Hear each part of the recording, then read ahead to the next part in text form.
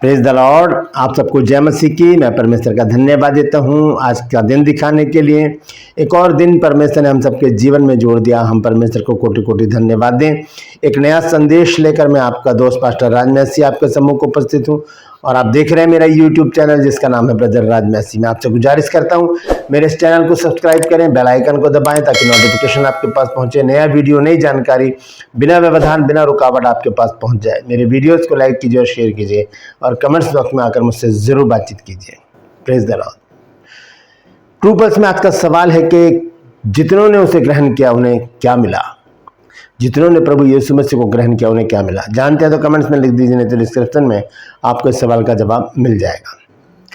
तो आज का जो संदेश है वो बहुत महत्वपूर्ण है और ये बहुत बड़ी जानकारी है। एक इस तरह से अभी हम इसे कह सकते हैं कि सजग, सतर्क, सावधान हो जाने के लिए हमें आज बताया जा रहा है, समझाया जा रहा है। संसार में अगर हम रहते हैं तो सरकार के द्वारा भी, गवर्नमेंट के द्वारा भी और परमेश्वर के द्वारा भी हमें सतर्क बार बार किया जाता है। तो आप जब किसी को कॉल करते हैं तो कॉल लगने से पहले एक वॉइस मैसेज आता है, उसमें आपको बताया जाता है कि अगर आपके पास कोई कॉल आ रही है कि आपके पैसे दुगने हो जाएंगे या OTP दे दीजिए या कोई भी ऐसी बात के हम पुलिस हैं या कुछ भी हैं, इस तरह की बातें अगर आपके जीवन में आ रही हैं तो समझ लीजिए वो फ्रॉड है। डरे नहीं। और फिर वहाँ पर नंबर बताया जाता है कि इस नंबर पर कॉल करके हमें बताएं। तो ये गवर्नमेंट की तरफ से एक अलर्ट है, यानी कि सतर्क, सजग और सावधान कर देने का एक अच्छा नियम गवर्नमेंट ने निकाला है कि कॉल लगने से पहले, क्योंकि ज़्यादातर सबसे ज़्यादा लोग फ़ोन को ही यूज़ करते हैं संसार में और कॉल जब करते हैं तो वो वॉइस मैसेज सबसे पहले हमें सुनाई देता है। तो ये क्राइम जो है बहुत चल रहा है। मेरे साथ भी ऐसी 2 घटनाएं हो चुकी हैं, बल्कि 4 घटनाएं मेरे साथ ऐसी हुई हैं जिनका जिक्र मैं आज आपके सामने करूंगा। फिर मैं आपको बताऊंगा कि कैसे परमेश्वर भी हमें सतर्क, सजग और सावधान करता है। बहुत ज़रूरी है ये जानना, क्योंकि आज से कुछ महीने पहले मैं किसी घर में गया था प्रार्थना करने के लिए। मेरे भाई हैं एक, उनके घर गया था मैं गाज़ियाबाद में। तो वहाँ पर जब मैं सीढ़ियों पर चढ़ रहा था, 3rd फ्लोर पर उनका मकान है, तो मैं गया वहाँ पर। तो सीढ़ियों पर चढ़ रहा था तो इतने में एक कॉल है मेरे पास आई और उसने मुझसे पूछा कि आप कौन बोल रहे हैं। मैंने कहा आप बताइए आप कौन बोल रहे हैं। मैंने कहा मैं क्राइम ब्रांच से बोल रहा हूँ और आप कौन है। मैंने कहा मैं पास्टर राज मैसी हूँ। तो कहने कि आपके बेटे का नाम क्या है, बड़े बेटे का नाम क्या है। मैंने कहा बड़े बेटे का नाम तो अभिषेक मैसी है, कि वो हमारे कब्ज़े में है। वो 3 लड़कियों के साथ पकड़ा गया है। ये 3 दोस्त थे, ये होटल में थे और हमने इनको पकड़ा है और इनकी बहुत पिटाई की है। तो ये सुनकर तो मैं घबरा गया। मैंने कहा ऐसा तो नहीं है, अभिषेक तो ऑफिस गया है, क्योंकि अभिषेक हमसे थोड़ा अलग रहता है, इसलिए हमें नहीं पता था कि वो कहाँ पर है। तो मेरे मन में थोड़ा सा डर आया, तो मैंने कहा कि उससे बात कराइए मेरी। तो अच्छा बात कीजिए। तो जब मैंने बात की, उन्होंने बात कराई तो एक लड़के की आवाज़ आ रही थी, रो रहा था। वो कहता पापा मुझे बचा लो, इस तरह से, मतलब दबी दबी सी आवाज़, ऐसा ही लग रहा है जैसे मेरा बेटा बोल रहा। मैं बहुत घबरा गया। फिर मैंने कहा आप इसे छोड़ दीजिए, क्योंकि वो ये कह रहे थे कि हम जानते हैं कि आपके बेटे का कोई कसूर नहीं है, लेकिन ये जो 2 दोस्त हैं इसके, ये गड़बड़ है थोड़े, कि गाली वाली देकर बता रहे थे, तो ये गड़बड़ है, तो इसलिए हम चाहते हैं कि आप इसे छुड़ा लीजिए। तो मैंने कहा आप छोड़ दीजिए उसको, जब आप जानते हैं कि ऐसा कुछ भी नहीं है। तो कह रहे नहीं ऐसे नहीं छोड़ेंगे हम, इसका थोड़े से प्रोसीजर है जो आपको पूरा करना पड़ेंगे।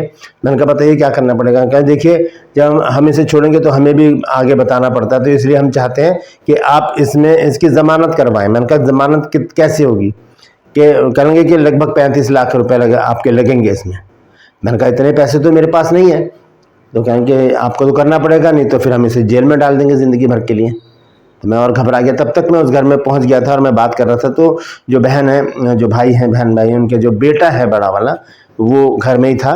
तो उसने कहा कि पास्टर जी ये फ्रॉड है, ये कॉल जो है फ्रॉड है, आप ध्यान से, आप घबराइए मत, ये फ्रॉड है। उसने मुझे लिख कर बताया कागज़ पे ये फ्रॉड है। मैंने कहा ठीक है। फिर मैंने इशारे से सिस्टर जी से कहा कि मैंने कहा मेरे बेटे को कॉल कीजिए ज़रा, पूछिए वो कहाँ पर है। तो उन्होंने कॉल किया और उसको पूछा, तो वो ऑफिस में ही था, अपने ऑफिस में ही था। गुड़गांव में वो काम करता था, तो वहाँ पर ऑफिस में था। तो मैंने उनसे कहा था कि उसको कहना मेरे को कॉल करें। तब तक वो मेरे को कहना है कि जो व्यक्ति मुझसे बात कर रहा था उसने कहा कि आपको 35 लाख रुपए तो देने ही पड़ेंगे। मैंने कहा मेरे पास इतना पैसा नहीं है, लेकिन मैं चाहता हूं कि मेरे बेटा को आप छोड़ दें। तो कह रहे ठीक है, आपके पास कितना पैसा? मैंने कहा मेरे तो कह रहे पेटीएम में कितने पैसे पड़े आपके? मैंने कहा मेरे पेटीएम में तो 2-2.5 हज़ार रुपये होंगे, 2-2.5-3 हज़ार रुपये होंगे। क्या ठीक है, 5,000 का आप बंदोबस्त करो और इस नंबर पर, फिर उसने मुझे नंबर दिया कि इस नंबर पर आप पेटीएम कर दो। मैंने कहा ठीक है। तो मैं करने लगा तो जा नहीं रहे थे पैसे। मैं परमेश्वर का धन्यवाद देता हूँ कि गए नहीं, क्योंकि तब तक अभिषेक से मेरी बातचीत नहीं हुई थी और मुझे नहीं पता था कि अभिषेक कहाँ पर है। इसके बाद क्या हुआ, थोड़ी देर में, क्योंकि ये लोग क्या करते हैं, ध्यान रखिएगा इस बात पर, ये व्हाट्सएप पर ही कॉल करेंगे आपको, क्योंकि व्हाट्सएप की कॉल जो है वो ट्रैक नहीं होती है, इसलिए व्हाट्सएप पर कॉल करते हैं और व्हाट्सएप पर ही मैसेज करते हैं। व्हाट्सएप को हैक भी कर लेते हैं, मैं आगे चलकर और बताऊंगा। तो वो व्हाट्सएप पर कॉल आ रही थी, तो अभिषेक ने नॉर्मल कॉल मेरे को की और उसने जब उसकी कॉल मेरे पास आई तो मैं समझ गया कि अभिषेक सही सलामत है और कहाँ पर है, अपने ऑफिस में है। और सिस्टर जी ने भी बताया कि आपकी जो बहू है उससे मेरी बात हुई है, वो वहाँ पर लिख कर बताया उन्होंने कि वो ऑफिस में है, आप डरिए मत। मैंने कहा ठीक है। फिर वो कहने लगा, फिर उसने कहा कि आपने पैसे डाले? मैंने कहा नहीं, मैंने जा ही नहीं रहे पैसे। तो उसने 2-3 नंबर और दिए, नहीं जा रहे थे पैसे। मैंने कहा नहीं जा रहे हैं पैसे। कहा झूठ मत बोल।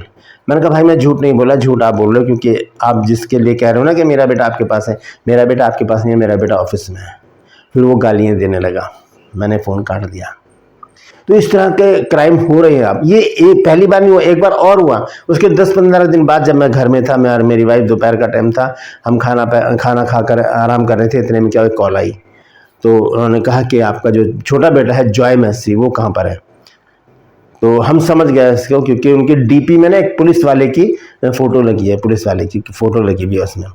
तो मैं समझ गया कि ये वही कॉल है। मैंने अपनी वाइफ को कहा इशारे से, तो मेरी वाइफ ने कहा इनसे बोलो कि वो अपने दोस्तों के साथ घूमने गया है, लेकिन जॉय तो बेंगलोर में है। और थोड़ी देर बाद पहले ही हमारी जॉय से बात हुई थी, लंच का टाइम था, क्योंकि लंच में जब वो कॉलेज से वो अपने रूम में आया था तब उसने हमसे बातचीत की थी। तब मैंने कहा मेरा बेटा तो घूमने गया दोस्तों के साथ।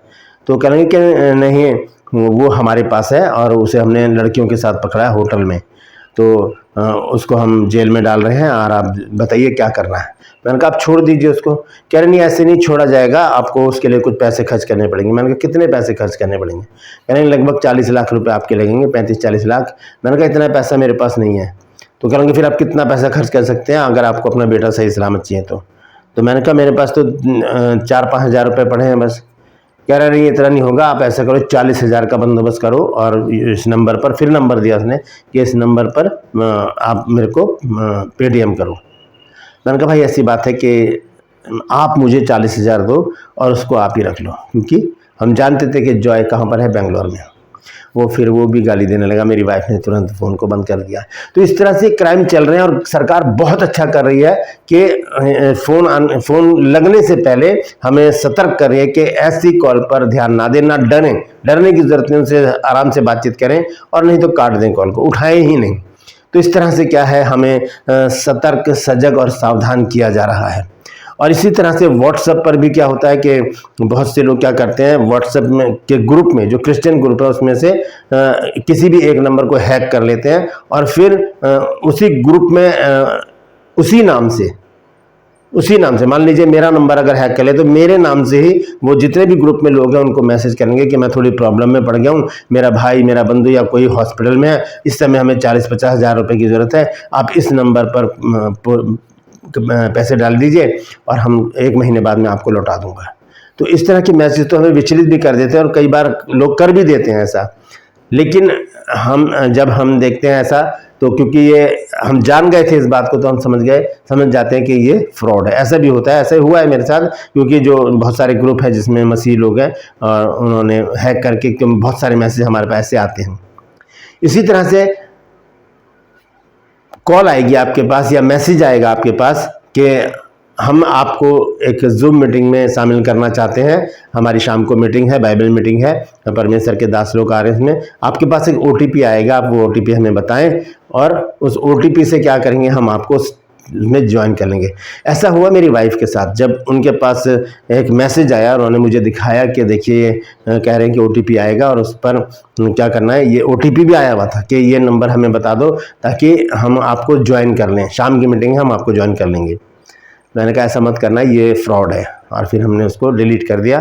तो इस तरह के फ्रॉड आजकल हो रहे हैं। ये बहुत अच्छा काम कर रही है गवर्नमेंट के हमें सजग सतर्क सावधान कर रही है। दोस्तों इसी तरह से ये मेरा बताने का मतलब ये है कि इसी तरह से परमेश्वर भी हमें सजग सतर्क और सावधान करता है, क्योंकि अभी हम देख रहे हैं कि प्रभु यीशु मसीह का शुभ आगमन बहुत निकट है। प्रभु यीशु मसीह बहुत जल्दी आने वाले हैं। तो जो चिन्ह बताए गए हैं बाइबल में वो हमें दिखाए जा रहे हैं। अभी बैंकॉक में बहुत ज़बरदस्त भूकंप आया, बहुत ज़बरदस्त भूकंप था, 7 रिएक्टर के लगभग था, उसकी जो नाप था 7 के करीब था, और वो बहुत ज़बरदस्त था। वहाँ पर हज़ारों लोग मर गए, मलबे में दबे पड़े हैं आज भी लोग। तो ये एक सावधान करने की प्रक्रिया है परमेश्वर की तरफ से। वो हमें सावधान करता है, समझाता है, दिखाता है कि अब संसार का अंत निकट है। अब हमें क्या करना है, सारी बातों को छोड़कर परमेश्वर के नज़दीक आकर, उसके करीब आकर, उसके साथ रहकर अपने आप को प्रभु यीशु मसीह के आगमन के लिए तैयार करना है। कुछ बातें हैं जो मैं आपके साथ आज शेयर करना चाहता हूं बाइबल से। जब हम देखते हैं लूका रचित सुसमाचार 21 अध्याय 10, 11 और 12 पद, ल्यूक चैप्टर 21 और वर्स 10, 11 एंड 12। तब उसने उनसे कहा, यीशु मसीह ने चेलों से कहा, जाति पर जाति और राज्य पर राज्य चढ़ाई करेगा, और बड़े बड़े भूकंप होंगे, और जगह जगह अकाल और महामारियां पड़ेंगी, और आकाश से भयंकर बातें और बड़े बड़े चिन्ह प्रकट होंगे। परंतु इन सब बातों से पहले वे मेरे नाम के कारण तुम्हें पकड़ेंगे, सताएंगे और पंचायतों में सौंपेंगे और बंदी गृह में डलवाएंगे और राजाओं और हाकिमों के सामने ले जाएंगे। तो ये क्या है? ये चेतावनी है परमेश्वर की ओर से हमारे लिए, परमेश्वर के लोगों के लिए चेतावनी कि ऐसा होगा। और हम देख रहे हैं भूकंप आ रहे हैं, महामारियां आ रही हैं। अभी कुछ साल पहले क्या आया था, कोरोना आया था, और अभी हम भी उड़ती उड़ती खबरें भी सुनते हैं, दोबारा आ रहा है, इस तरह की खबरें हमारे पास आती रहती हैं। तो ये सजग करना है परमेश्वर की ओर से, सतर्क कर रहा है परमेश्वर, हमें सजग कर रहा है, हमें सावधान कर रहा है कि अब हम परमेश्वर के लिए, उसके आगमन के लिए तैयारी कर ले, क्योंकि उसका शुभ आगमन बहुत निकट है। और वो सावधान कर रहा है, बता रहा है, वो चिन्ह जो है वो पूरे हो रहे हैं, वो भविष्यवाणियां जो है बाइबल की वो धीरे धीरे पूरी होती चली जा रही हैं। तो ऐसी परिस्थिति में हमें करना क्या चाहिए? क्योंकि परमेश्वर का वचन हमें तैयार रहने के लिए कहता है कि समय असमय हमें तैयार रहना है। तो यहाँ पर जब यीशु मसीह चेलों को बता रहे हैं, हमने पढ़ा है लूका की इंजील उसका 21 अध्याय 10, 11 और 12 पद में, वहाँ पर सावधान रहने के लिए प्रभु यीशु मसीह ने कहा है। उसके बाद जब हम सावधान हो जाते हैं, उसके बाद हम 13 से जब 19 पद तक पढ़ते हैं, तो देखिए वहां पर क्या लिखा है, पर यह तुम्हारे लिए गवाही देने का अवसर होगा, इसलिए अपने अपने मन में ठान रखो कि हम पहले से उत्तर देने की चिंता ना करेंगे, क्योंकि मैं तुम्हें ऐसा बोल और बुद्धि दूंगा कि तुम्हारे सब विरोधी सामना या खंडन ना कर सकेंगे। तुम्हारे माता पिता और भाई और कुटुंब और मित्र भी तुम्हें पकड़वाएंगे, यहाँ तक कि तुम में से कुछ को मरवा डालेंगे। मेरे नाम के कारण सब लोग तुमसे बैर करेंगे, परंतु तुम्हारे सिर का एक बाल भी बांका ना होगा। अपने धीरज से तुम अपने प्राणों को बचाए रखोगे। अपने धीरज से, जो हमारा धीरज है वो ही सतर्क होने का परिणाम है। अगर हम सतर्क हो गए हैं तो हम धीरज धरे रहेंगे। अगर हम सजग हो गए हैं, हम सावधान हो गए हैं, तो हम वो गलतियां नहीं करेंगे जिन गलतियों से हम किसी बड़ी प्रॉब्लम में पड़ जाएं। जैसे कि मैंने आपको बताया, फ़ोन लगने से पहले हमें सतर्क किया जाता है गवर्नमेंट की तरफ से कि ऐसी कॉल ना अटेंड करें जिससे कि आप प्रॉब्लम में पड़ जाएं, आपका पैसा चला जाए, आप चिंता में आ जाए, परेशानी में आ जाए।